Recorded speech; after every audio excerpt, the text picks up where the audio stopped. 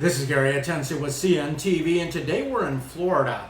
I am here with Anthony Gallo, who wrote a nonfiction novel in which he provides an account of his own struggles with the family court system.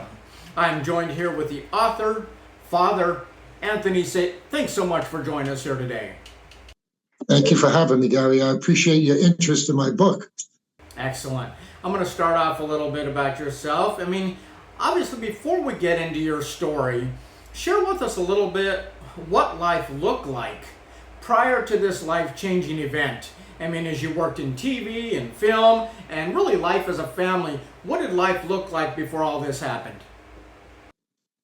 Well, for many years I worked in Manhattan. Well, really the 5 boroughs. I installed camera systems, alarm systems.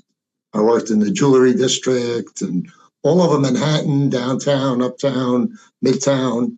And I really got into the acting, as an extra after, the subway incident. And it was just fun for me. I just enjoyed, the filming and the procedure and, meeting people and even people on the set, and listening to everybody's stories and everything like that. Excellent. So typical life, you're working away, you're a citizen doing your thing. In the United States, there are approximately 2,046 divorces per day. This translates to roughly 1 divorce every 42 seconds. What seems as a common event now in our society, it can be anything but simple for some. When you made that agonizing decision to separate, did you imagine the road ahead would look anything like it did? Not at all. I was naive to the whole system,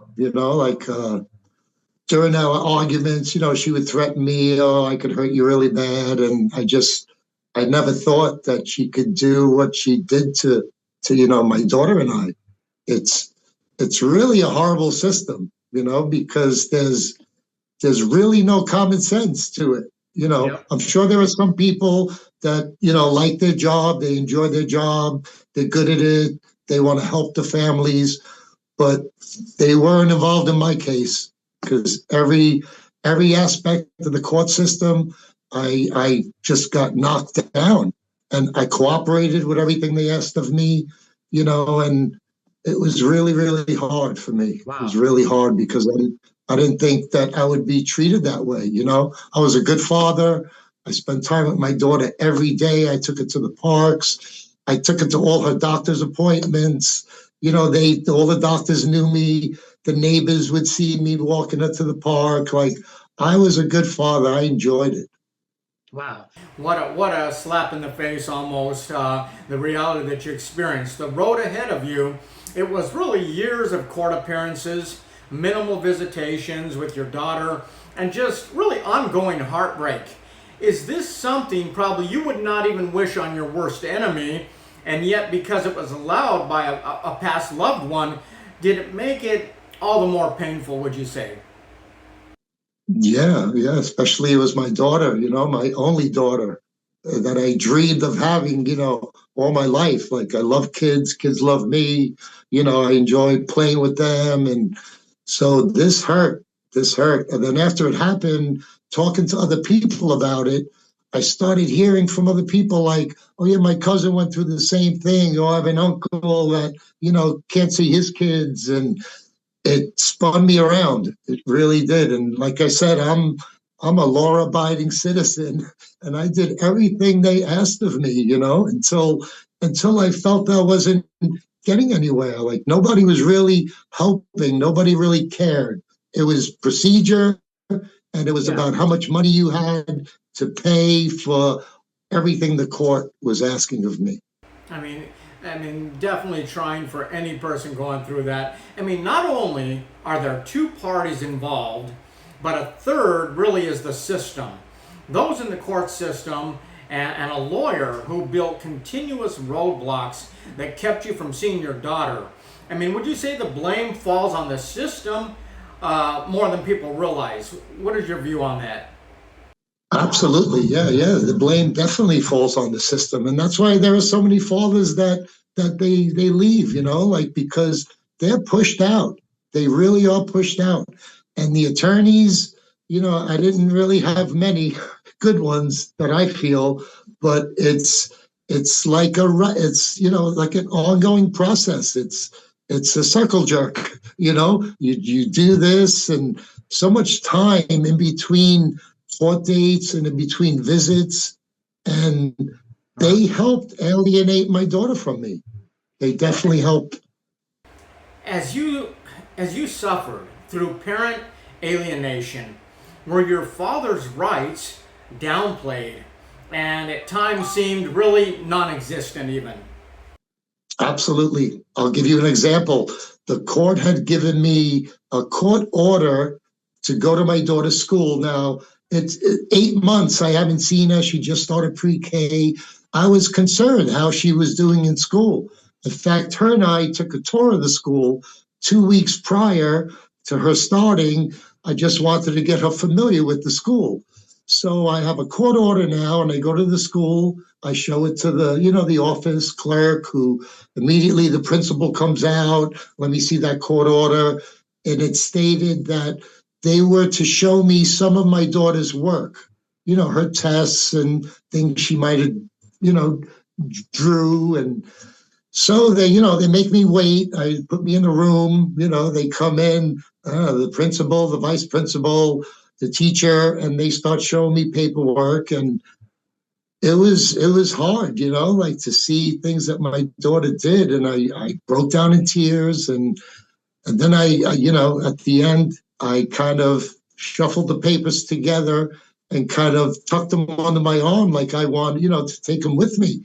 And they said, no, you're not allowed to take the paperwork with you. And I said, they're drawings that my daughter made. They're tests she might have taken. It's like, what can I do with that? And they made me go back to court for them to rewrite the court order in order for them to give it to me. And on top of that, when I went back with the new court order, I was met with resistance that I had to call 911 for them to cooperate with the court order from a family court judge. Wow. If that's not discriminating, I don't know what else is, Unbelievable. I mean, as you continued listening to cruel accusations really made about you, did your years of being an upstanding citizen, even a recipient of the Liberty Medal Award for Courage, you were also awarded by Mayor Bloomberg and even the New York City Police Department, did all of that really not seem to matter? And were you pretty shocked?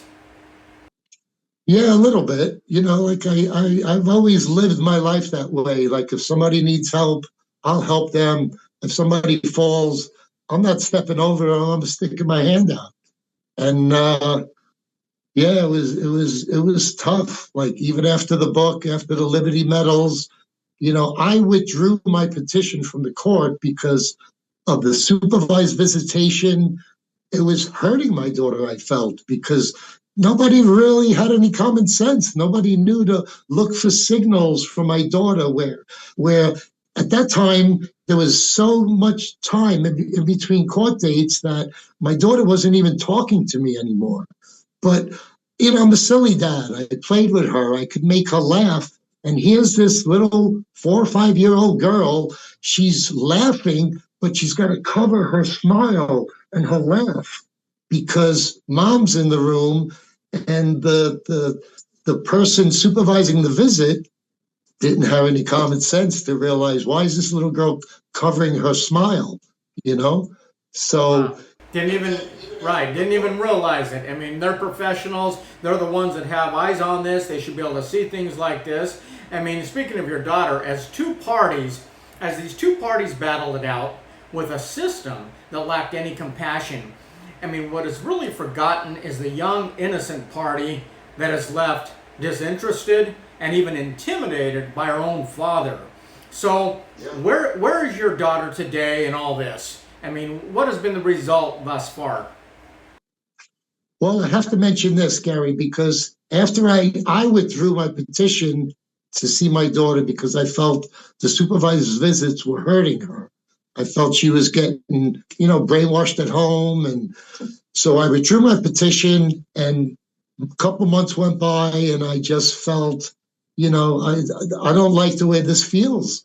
And I went back to the courts in Jamaica, Queens, and tried to reopen the case. They told me, your daughter's mother moved to New Jersey, so you have to go to New Jersey courts. So now, mind you, this is after the papers are drawn. I wait 2 months to see the judge. No, we can't help you. You have to go to New Jersey. I drive to New Jersey, to the courthouse there, file paperwork, wait the 2 months, go see the judge there, who tells me, I'm sorry, but although your daughter lives here in New Jersey, the case started in Jamaica, Queens, New York. You have to go back there. So I go back to Jamaica, Queens. I fill out the paperwork. I wait the time, and I see the judge, who then tells me, no, she can't help me. I have to go to New Jersey.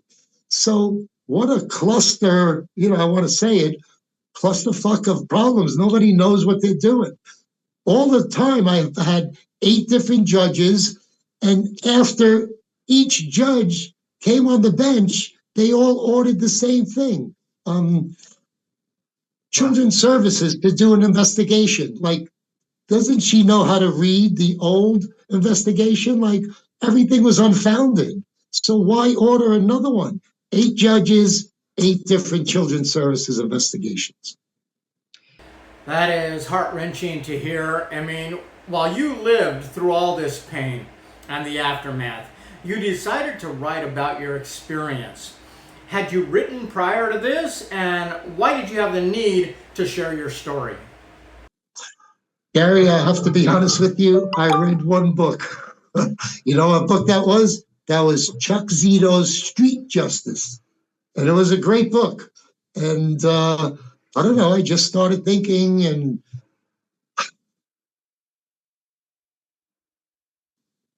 God, it was hard. Holidays, her birthdays, my birthday, and I had to do something, and I just started writing, and it was hard. I wrote little in a scrapbook. And then after that, I'm sorry to interrupt you, I have to say this. After that, I thought the book would help, and it didn't. Then I said, all right, let me try a screenplay, because I did that light acting, the extra work. So I didn't know how to write a screenplay. I went online. I looked up Sylvester Stallone's Rocky, which they showed me how he wrote a screenplay, and I just kind of copied off of that. It helped. It did help a little bit, but I guess not as much as I thought it would. I don't know. Is this book written, really for her as well, to understand how you really fought for her?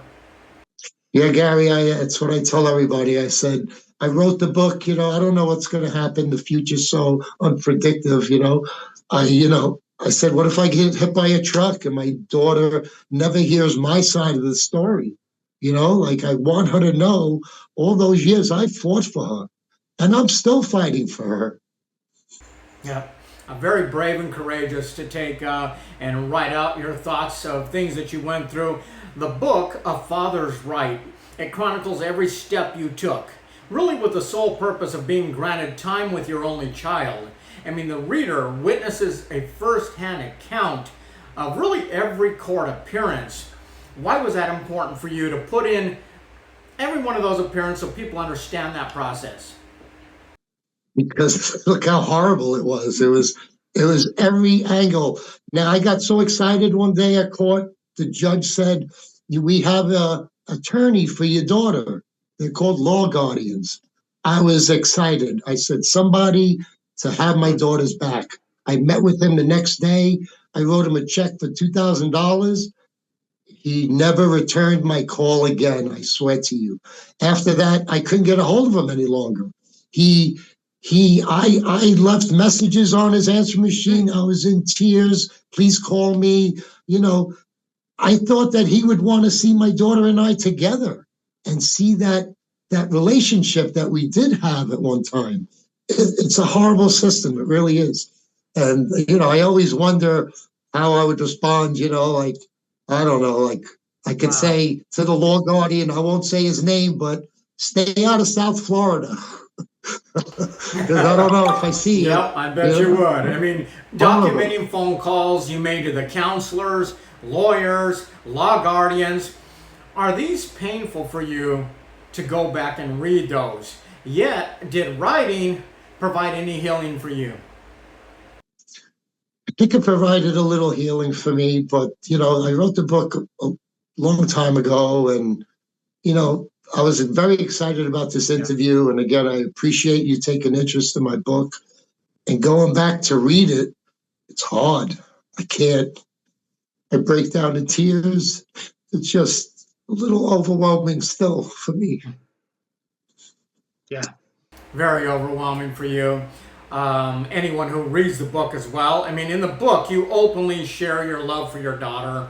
Your actions really show that Sophia is the center of your world. To this day, do you continue to make sacrifices to earn time with her? And do you continue fighting in court? Where are you at today on that? Gary, she turns 29 this month. It's a shame. After COVID hit, I hired a private investigator to find her. I was so worried about her. He got me an email address. I emailed her. She answered me through a text message because I set my phone number. We were texting back and forth for 8 months. I was sending her, I was asking her, what kind of boots do you like? Do you wear hoop earrings? Do you wear, the studs? I really don't know what she likes. So she wouldn't talk to me on the phone. Then I had the opportunity to go to New York, and I told her I was coming, and I guess she got spooked, and she doesn't communicate with me anymore. She's totally alienated. And you know what it feels like for me? Like, it feels like I had my daughter kidnapped years ago, and she's still missing. Yeah. Yeah, as a father myself, that is just painstakingly hard to listen to your story. I commend you for being brave and continuing to pursue her, pursuing that relationship. Many men walk away at the first sign of a roadblock, and you didn't, you haven't, you wrote about it, you want to share your story with others. Anthony, readers share that you leave really no stone unturned in the pursuit of a father-daughter relationship. This is truly a heart-wrenching story. Many readers, I'm told, are fighting back tears by the end of chapter 1.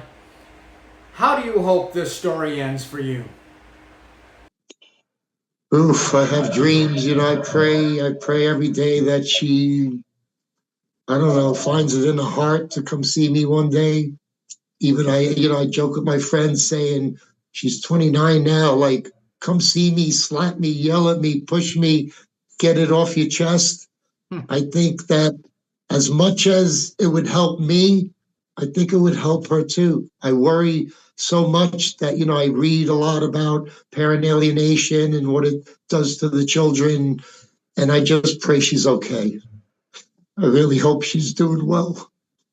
I pray the same for you, my friend, and I hope to get this story out there, and maybe she can see it. Maybe somebody in her family or friends can see it and realize that you've done what every father is meant to do, and that is to pursue their child, fight for their child, and make sure that they know you exist. And I think you've done a commendable job for doing that. Viewers, let's take a look at the bottom of the screen right there. What you're going to see is his webpage where you can purchase the book, A Father's Right. I mean, you can search for it there on Amazon or on the online book club. Once again, that is Anthony Gallo, A Father's Right. You can find him there on LinkedIn as he looks for help reuniting with his daughter. This is Gary Atencio with CNTV, and if you don't know, now you know.